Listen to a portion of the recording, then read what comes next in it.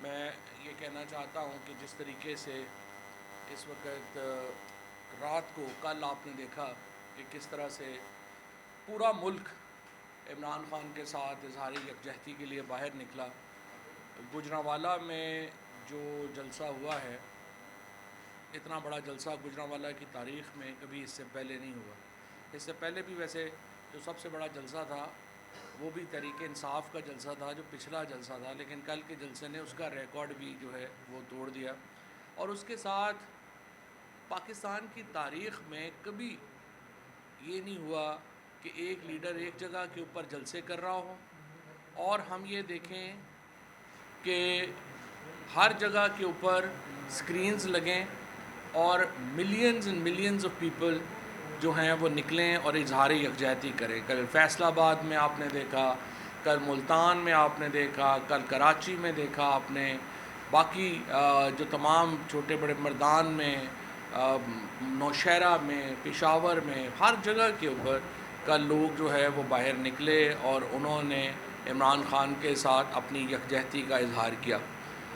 الحمدللہ جو اس وقت صورتحال ہے، پچھلی دفعہ پنجاب میں جو شمالی پنجاب ہے،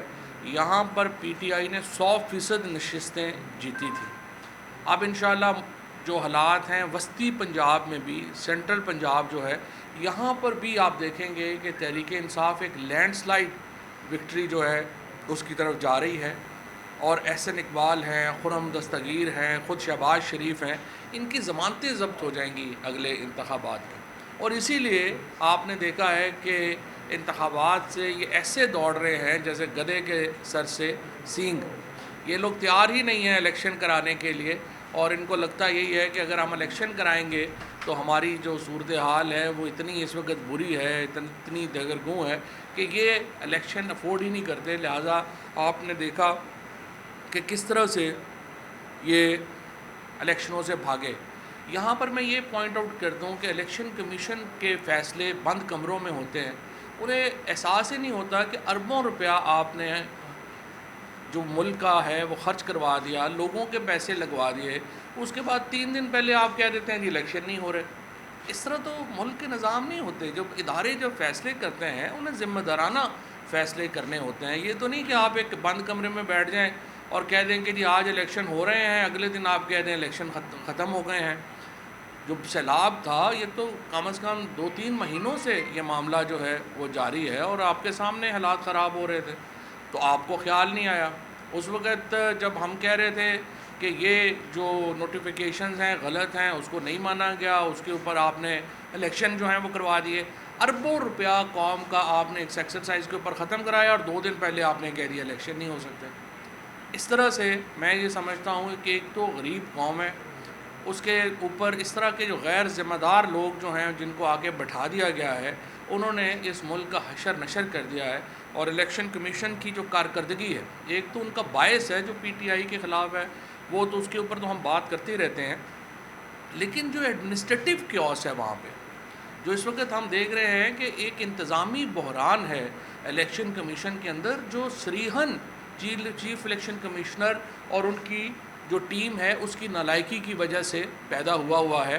اور اس میں سب سے پہلے آپ نے دیکھا کہ 40 لاکھ سے زیادہ ووٹر جو زندہ تھے ان کو مردہ ڈکلیئر کر دیا گیا. اس کے بعد حلقہ بندیوں میں جتنے بڑے بلنڈر کیے گئے، اس کے بعد یہ الیکشن اناؤنس کرتے ہیں 3 دن پہلے الیکشن ملتوی کر دیتے ہیں. سو ایک ایڈمنسٹریٹو بحران ہے الیکشن کمیشن کے اندر جو کہ اس باعث کے علاوہ ہے، اور اس کو بھی دیکھنے کی ضرورت ہے. انفارچونیٹلی جو ہماری ایک سپریم جوڈیشل کونسل کے اندر ہم نے ریفرنس دائر کیے ہوئے ہیں وہ سنے نہیں جا پا رہے، خصوصاً جو سندھ کے ممبر ہیں جن کو ہم نے اس بنیاد کے اوپر اس کا چیلنج کیا ہوا ہے کہ وہ سندھ حکومت سے بھی تنخواہ لے رہا ہے اور الیکشن کمیشن میں بھی بیٹھا ہوا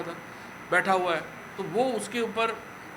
اب 8 مہینے ہو گئے ہیں وہ کیس ہی نہیں سنا جا رہا. یہ بھی علیحدہ بات ہے، پاکستان میں جو کیسز ہیں وہاں پہ ایک کیس میں 9 مہینے فرد جرم نہیں لگ رہی، جہاں پہ 24 ارب روپے کی چھوٹی سی رقم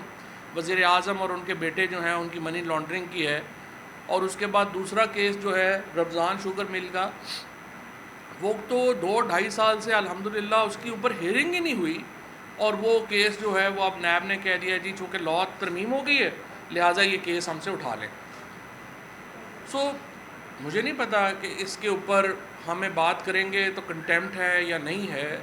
لیکن یہ ایک حقائق ہے۔ شہباز شریف جب وزیر اعظم بنے، حمزہ شہباز چیف منسٹر بنے، اس وقت ان کے اوپر جس دن ان کا حلف تھا اس دن ان کے اوپر فرد جرم لگنی تھی،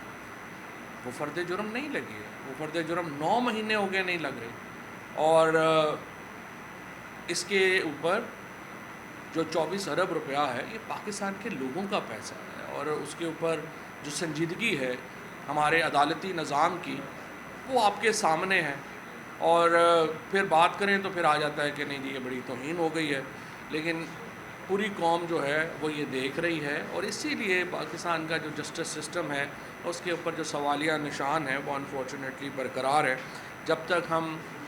انصاف جو ہے وہ ہونا ہی نہیں چاہیے، ہوتے نظر بھی آنا چاہیے، justice should not be done but seen to be done, اور اسی لیے جو ادارے ہیں ان کے ساتھ دیکھیے، ملک میں ادارے ضروری ہیں، چاہے فوج ہے چاہے جوڈیشری ہے، ان کے بغیر تو ملک نہیں چلتے، اور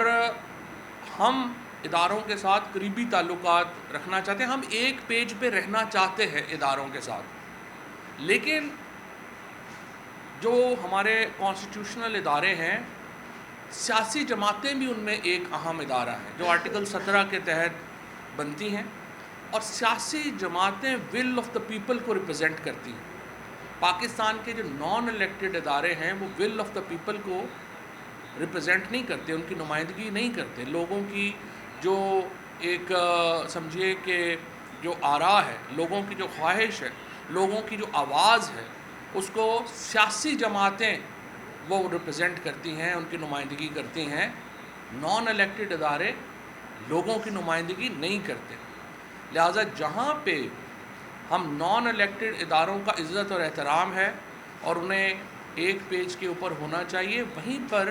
جو غیر منتخب ادارے ہیں ان کو سیاسی جماعتوں کو اور سیاسی لیڈرشپ کا رول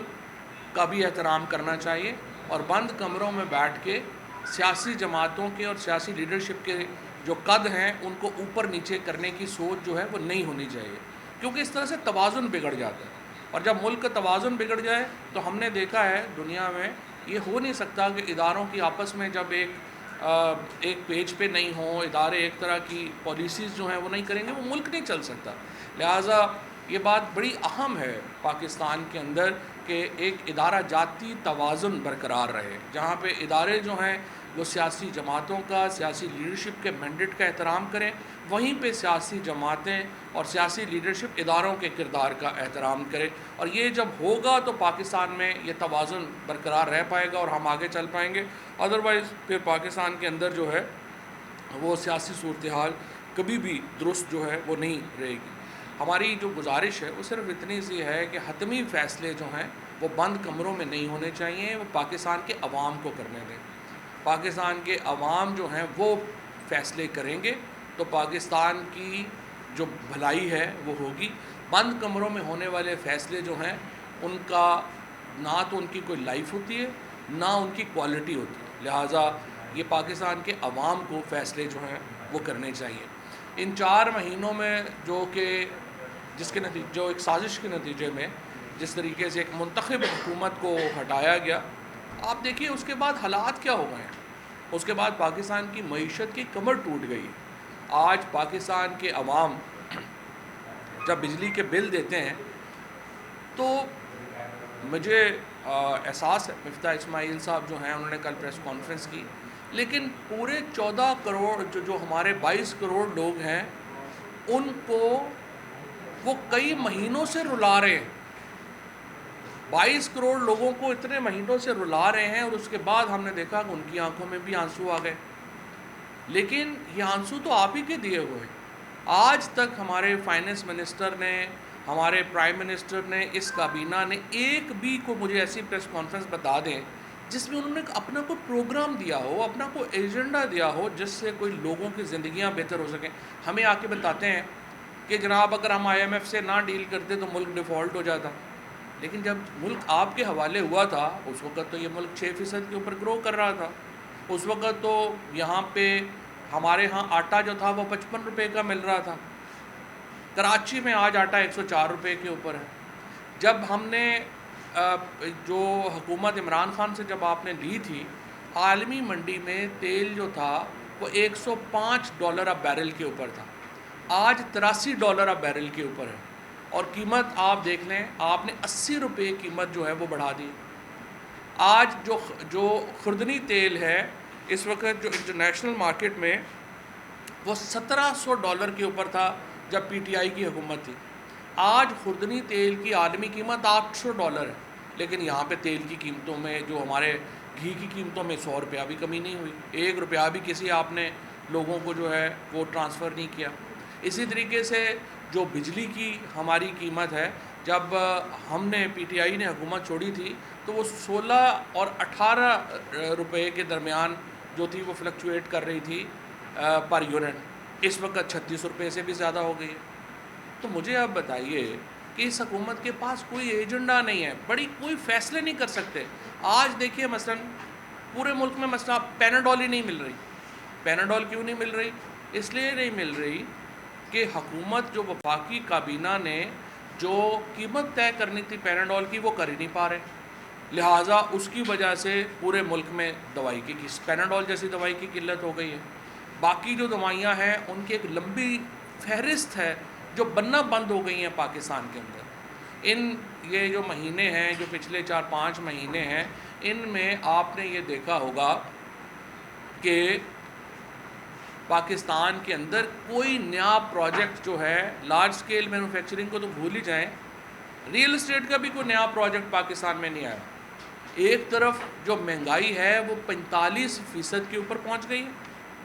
اور دوسری طرف ہم یہ دیکھ رہے ہیں کہ جو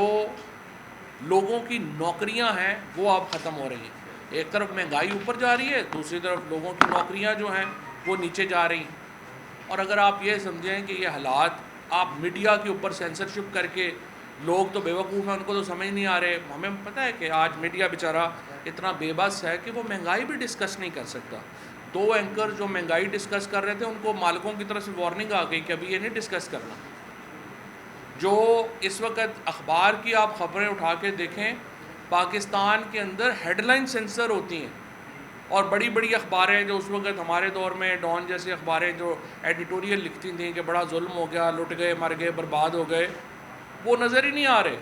اینٹی ٹیررزم کے کیسز ہو رہے ہیں ہمارے جرنلسٹوں کے خلاف، اور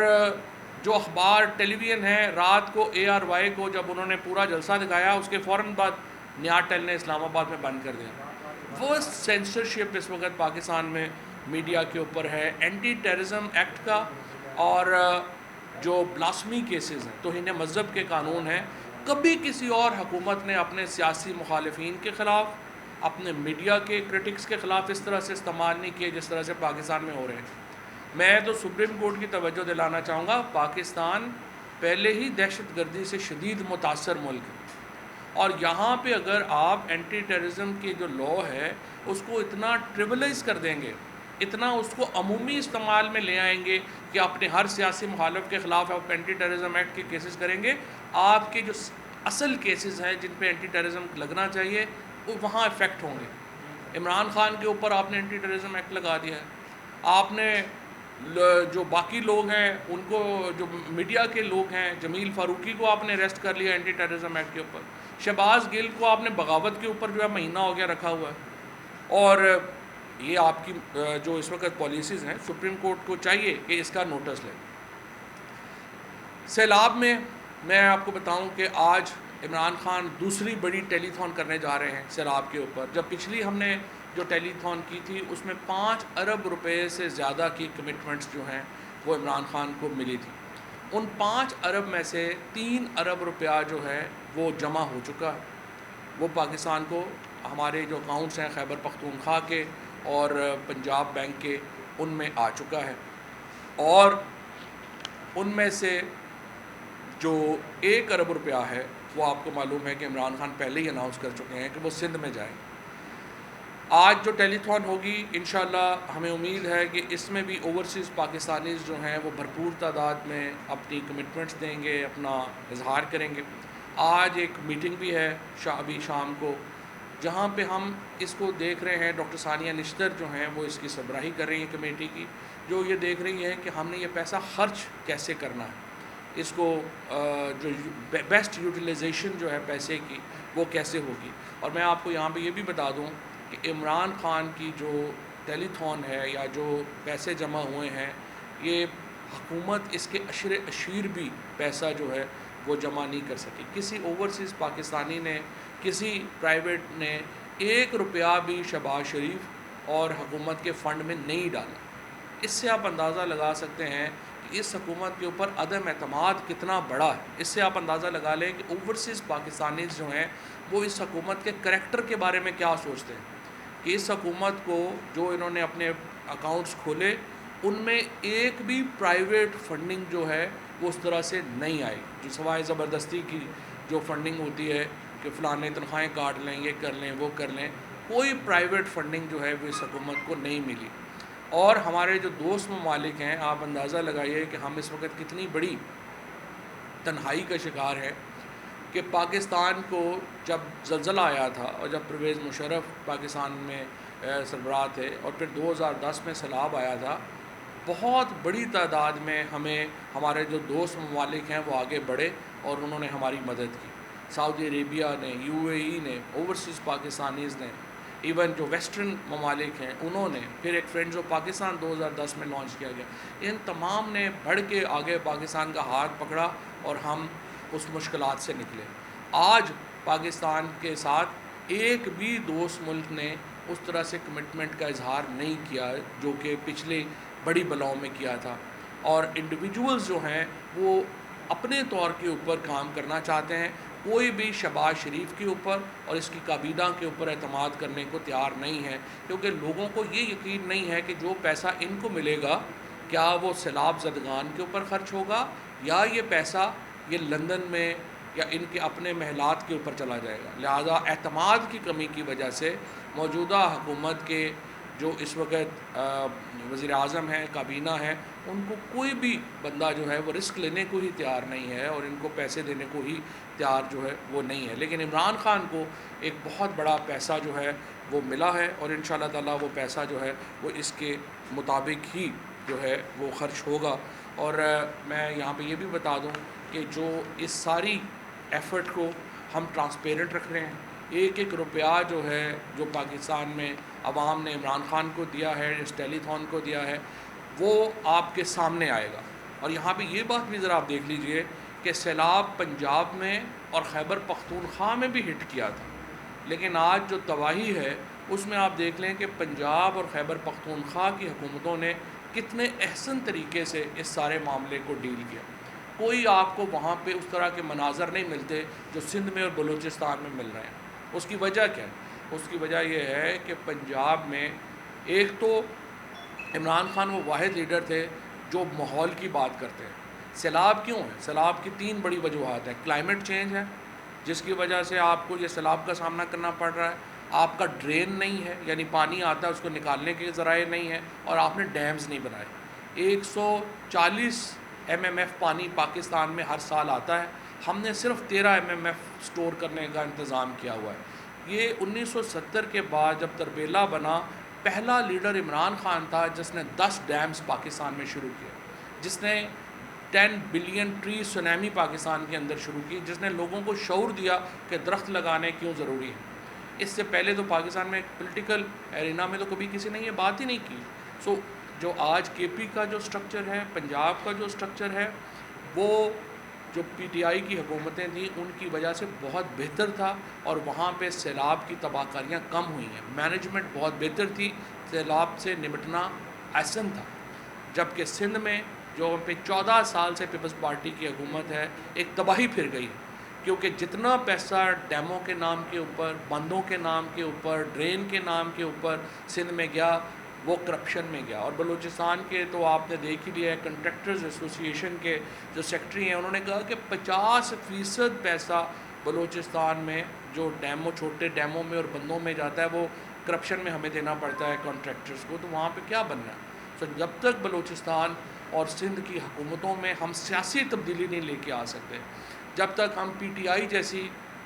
ایک ایسی جماعت جو ایک ملک گیر جماعت ہے اور جس کی سوچ مختلف ہے، وہ ہم ان صوبوں میں نہیں لا سکتے، تو الٹیمیٹلی جو ہے وہ حکومتوں نے ڈیلیور کرنا ہوتا ہے، وہ ڈیلیور نہیں کر پائیں گے۔ لیکن انشاءاللہ مجھے امید ہے کہ آج کی ٹیلی تھون میں بھی جو اوورسیز پاکستانیز ہیں وہ بھرپور حصہ لیں گے۔ شکریہ۔ لیکن جہاں تک سیلاب کی بات ہے تو ان لوگوں کو سیلاب تو پتہ ہی نہیں، تو کیا آپ اس میں سے کچھ چینج کریں گے؟ دیکھیں، اس فیصلے کو تو پہلے ہی چیلنج کیا جا چکا ہے، سپریم کورٹ میں ہم نے جو گئے ہوئے ہیں اس فیصلے کو بھی ہم نے چیلنج کیا ہوا ہے، اور ان حلقوں میں کوئی سیلاب نہیں تھا۔ ان حلقوں میں تو صرف میرا یہ خیال ہے کہ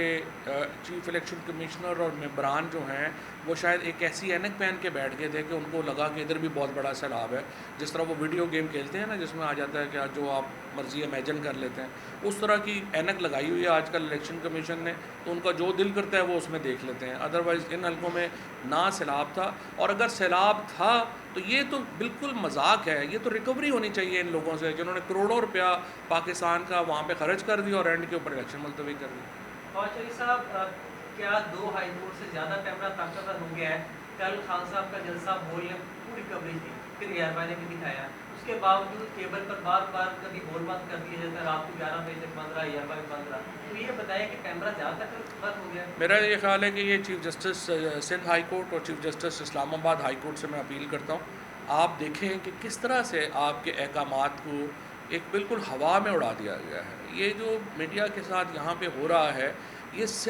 دیکھیں ہوتا یہ ہے کہ وقت حال میں اس چیز کی ایویلیویشن اس طرح نہیں ہوتی، جب ماضی بنتا ہے، جب ہم ہائنڈ سائٹ میں دیکھتے ہیں، پھر آپ کی جو چیزیں ہیں وہ آپ کے سامنے آتی ہیں۔ پاکستان میں اس وقت جو ہو رہا ہے، جو بھی ذمہ داران ہیں، یہ تاریخ لکھی جا رہی ہے، اور تاریخ آپ کو کیسے یاد کرے گی، یہ آپ کے آج کے حال کے اقدامات کے اوپر منحصر ہے۔ میں سمجھتا ہوں chief justice Sindh high court اور چیف جسٹس اسلام آباد ہائی کورٹ دونوں دیکھ لیں یہ پیمرا اس وقت کیا کر رہا ہے، اور کس طریقے سے ان ٹیلی ویژنس کو سزائیں دی جا رہی ہیں جو کہ پی ٹی آئی کی کوریج کر رہے ہیں۔ صاحب، خان صاحب انقلاب کی بات کر رہے ہیں آج کل تقاریر میں، تو آپ سمجھتے ہیں کہ الیکشن کے ذریعے انقلاب لایا جا سکتا ہے؟ حالانکہ انقلاب کی تاریخ کیا جا سکتا ہے۔ انقلاب دو طرح کے ہوتے ہیں، ایک آتا ہے جو بیلٹ سے آتا ہے، اور ایک آتا ہے جو کہ خون سے آتا ہے، فساد سے آیا ہے، جس میں بہت لوگوں کی جانیں گئی ہیں۔ ہماری کوشش پوری یہی ہے کہ ہم ادھر نہ جائیں، ہم بیلٹ کے ذریعے انقلاب لانا چاہتے ہیں۔ خود پاکستان کا قیام جو تھا بعد میں انفارچونیٹ ہوا، لیکن قیام جو تھا وہ تو بیلٹ کے ذریعے ہوا تھا، تو اس لیے ہم ووٹ کی طاقت سے پاکستان میں انقلاب لانے کی کوشش کریں۔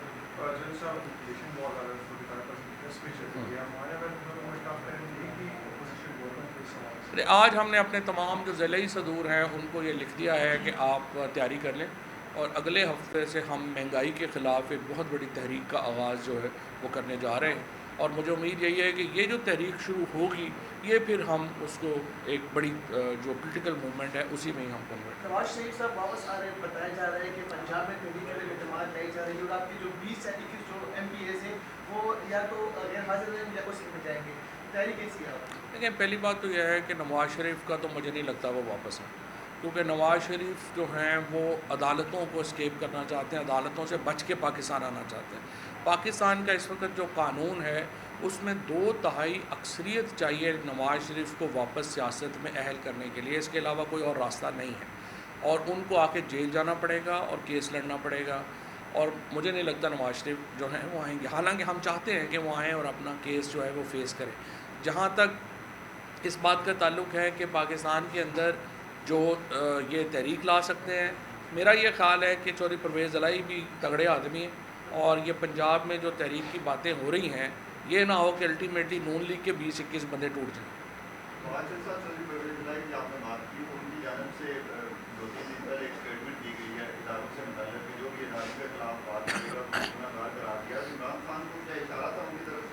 دیکھیں بات یہ ہے، اداروں کے خلاف تو نہ عمران خان ہے نہ کوئی ہے، میں نے آپ کو پہلے عرض کیا اداروں کا ایک پیج کے اوپر ہونا ضروری ہوتا ہے، اور اگر ہم ہماری صرف جو جستجو ہے، ہماری جو گفتگو ہے، ہماری جو مہم ہے وہ یہ ہے کہ جو ادارے صرف نان الیکٹڈ اداروں کو آپ ادارہ نہ سمجھیں، سیاسی جماعتوں کو بھی وہی عزت دیں، عوام کو بھی وہی عزت دیں جو اداروں کو آپ دیتے ہیں۔ اور جو فیصلے ہیں وہ عوام کے مانے جانے چاہیے، اور اداروں کا ایک پیج کے اوپر ہونا ضروری ہے اگر ہم آگے جائیں، اور ایک پیج پہ ہونے کے لیے عوام کی جو فیصلے ہیں ان کو ماننا ضروری ہے۔ پرویز الہی کی جو پالیسیاں ان سے آپ مکمل اتفاق کرتے ہیں؟ پرویز الہی صاحب جو ہیں وہ ہمارے وزیر اعلیٰ ہیں، جب ہم اتفاق نہیں کریں گے تو انہیں بتا دیں گے ہم آپ سے اتفاق نہیں کریں۔